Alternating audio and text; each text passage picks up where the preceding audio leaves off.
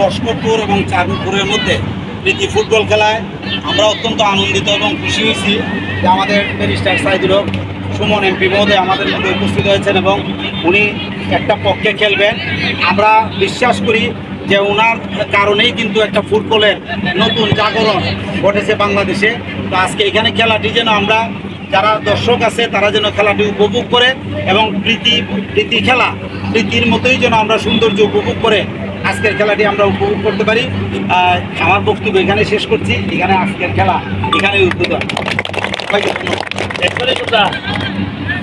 যেখানে MP player এখানে উদ্বোধন করে চেয়ারম্যান, এটাই লেগে আমাদের সোনারঘাট মাধবপুরের মজা।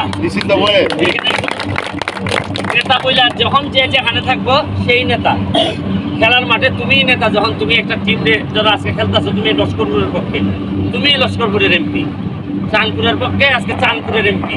আমি আলাদা কোনোদিন তোমাদের কাছ থেকে চাইবো না যে আমি এমপি, এইসব কিছুই না। আমরা একসাথে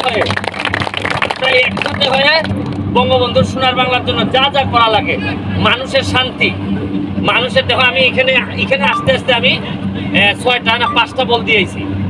আরও আজকের দিনের ভিতরে হয়তো আমার যতদিন আমি 4.5 বছর এমপি যদি থাকি আরো, দিলে মনে রাখবো মিনিমাম 50 লাখ টাকার নিচে না আমি খালি বল দিব খালি সোনারঘাট। আমি বুঝি যে নিজে ফুটবলার হয়ে বুঝি যে ফুটবলের মজাটা কি।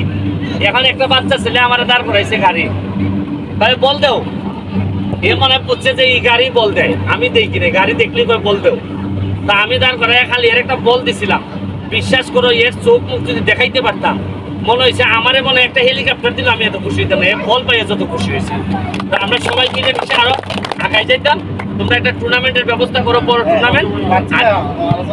এখন আমি যেহেতু আছি, তোমরা কোনো টেনশন করো না, যা খরচ টরচ লাগে আমি তো আছি, তোমরা কোনো টেনশন করো না, কোনো ফুটবলার টেনশন।